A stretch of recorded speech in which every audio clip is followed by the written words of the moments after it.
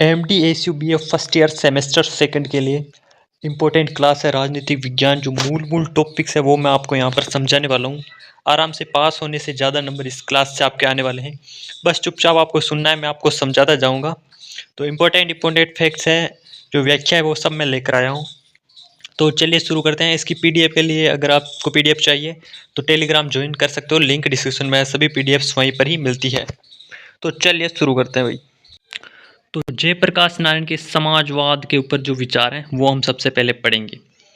तो जयप्रकाश नारायण के जो राजनीतिक विचारों में विविधता प्रारंभ में अपने अमेरिकी प्रयास के काल में वे घोर मार्क्सवादी थे, मार्क्सवादी विचार थे। उन पर मार्क्स के विचारों का अत्यंत प्रभाव था। मार्क्सवादी होते हुए भी वे राष्ट्रवादी भी थे। अब वे बाहर लौट कर आए तो गांधी जी के सविनय आंदोलन जो था, अवज्ञा आंदोलन, उसमें कूद पड़े। किंतु उन्हें इस आंदोलन में एक साम्यवादी नहीं दिखा। इसके विपरीत उन्होंने इस आंदोलन को बुजुर्गा आंदोलन और महात्मा गांधी को बुजुर्गा आंदोलन का पिट्ठू कहा। ये थोड़ी यूनिक चीज़ें आई हैं। तो जयप्रकाश जी को भारतीय साम्यवादियों का एक ऐसा व्यवहार देखकर अत्यंत दुख हुआ। इस कारण से जयप्रकाश पुनः सर्वोदय पर विचार करने लगे। 1942 ईस्वी में भारत छोड़ो आंदोलन के संदर्भ में बंदी बनाए जाने तथा लंबे समय के बाद कारावास से मुक्त होने पर मसानी से वार्ता करते हुए उसने कहा कि मेरी मार्क्सवादी में आस्था हिल गई है, लेकिन यह उचित समझता हूँ कि मार्क्सवादी का परित्याग करने की अपेक्षा मार्क्सवादी साथियों को अपना पक्ष समझाने का प्रयत्न करूँ। तो मार्क्सवादी का फिर भी ये सपोर्ट कर रहे थे। तो इनके ठीक 8 वर्ष बाद उन्होंने सर्वोदय की उपयोगिता को स्वीकार किया।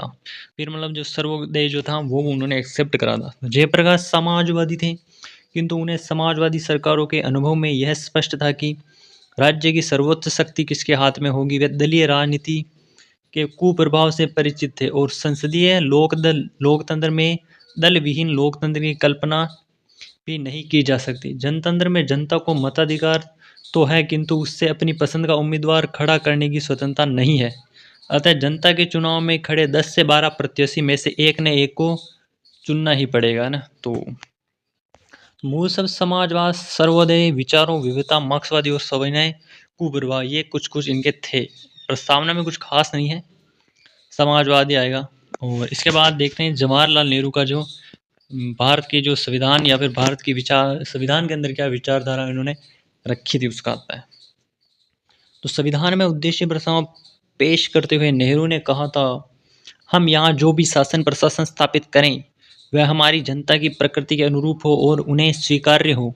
उनके शब्दों में संसदीय संस्थाओं सहित हमारी सभी संस्थाएं अंततः देशवासियों के चरित्र, विचारों और लक्ष्यों की अभिव्यक्ति होती है। यदि वे लोगों के चरित्र और विचारों के अनुरूप हो तो मजबूत और स्थायी होती है, अन्यथा वह विखंडित हो सकती है। तो मूल रूप से जो विचार है वो इसकी हाईलाइट किए हुए हैं। नेहरू के विचार में भारत को राष्ट्र के रूप में संगठित करने के लिए संसदीय लोकतंत्र आवश्यक था। इसकी विविधता और विभिन्नताओं को देखते हुए केवल एक ऐसा लोकतंत्र ढांचा ही भारत को एकजुट रख सकता है जिसमें विभिन्न सांस्कृतिक, राजनीतिक और आर्थिक सामाजिक आर्थिक प्रवृत्तियों की अभिव्यक्ति की स्वतंत्रता प्राप्त की गई हो। तो ये मूल पॉइंट है, ये आप लिख देंगे तो आपको फुल जो नंबर मिलने की संभावना है। अभी आगे बढ़ते हुए आप सभी जो है किस किस कॉलेज में ये एग्ज़ाम दे रहे हो उस कॉलेज का नाम ज़रूर लिख देना कमेंट के अंदर, मुझे भी पता चले कौन से कॉलेज में आप एग्ज़ाम देने जाते हो। तो आगे बढ़ते हैं और मतलब ज़िले का नाम और वो लिख देना पूरा कॉलेज का नाम।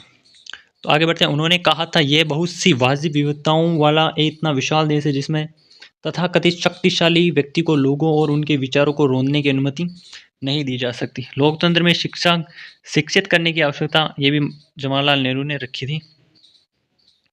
आगे बढ़ते हैं कि बौद्ध महाकाव्य जो थे महात्मा बुद्ध का, उसमें क्या है लिखा है मतलब, तो उसका हम देखते हैं। उसमें भी जो राजनीतिक विचारधारा थी बौद्ध का, जो बुद्ध ने जो विचार दिए वह वास्तविक रूप से एक सांसारिक धर्म है। इसलिए अनेक विचारकों ने उनके विचारों को विचार की संज्ञा नहीं दी, परंतु अन्य विचारक जैसे गेल आदि ने इन्हें राजनीतिक माना, दार्शनिक माना, राजनीतिक भी माना।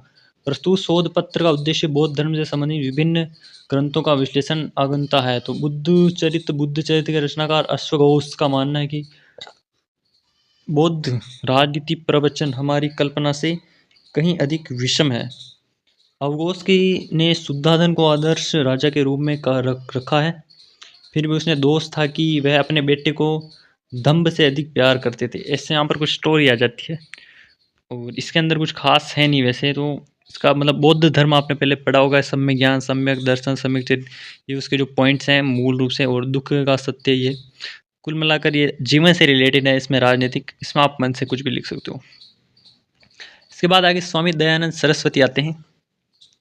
तो स्वामी दयानंद सरस्वती भारतीय समाज में एक महान सुधारक और धार्मिक गुरु थे जिन्होंने शिक्षा के क्षेत्र में महत्वपूर्ण योगदान दिया। उनकी शैक्षिक विचारधारा ने भारतीय समाज में चेतना और परिवर्तन का संचार किया। स्वामी दयानंद ने शिक्षा को आत्मनिर्भरता, नैतिकता और सत्य की खोज का एक सशक्त साधन माना। उनका उद्देश्य भारतीय समाज को पश्चिम औपनिवेशिक प्रभाव से मुक्त करने करके भारतीय संस्कृति और आध्यात्मिक धरोहर की ओर वापस लौटना था। अब इसके जो हाईलाइट के अंदर आ रही है मूल पॉइंट है भाई। स्वामी दयानंद की शैक्षिक विचारधारा का प्रमुख तत्व था सत्य, ज्ञान और आत्मनिर्भरता। उन्होंने बच्चों को केवल बौद्धिक ज्ञान नहीं बल्कि जीवन की नैतिक और सत्य के प्रति जागरूकता भी सिखाने पर बल दिया। वे संस्कृत भाषा को शिक्षा का आधार मानते थे क्योंकि उनके अनुसार यह भारतीय संस्कृति और ज्ञान की जड़ है। संस्कृत भाषा को जो है सही बताया, उसने सपोर्ट में थे मतलब।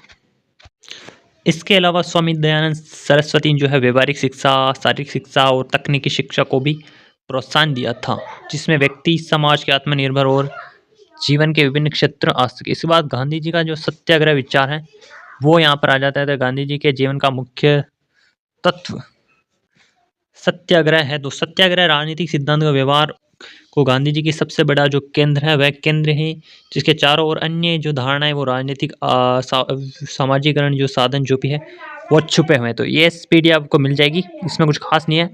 तो इसके आज के लिए बस इतना है। ऐसी क्लासेज के लिए सब्सक्राइब करें हमारे चैनल को। तब तक के लिए बाय।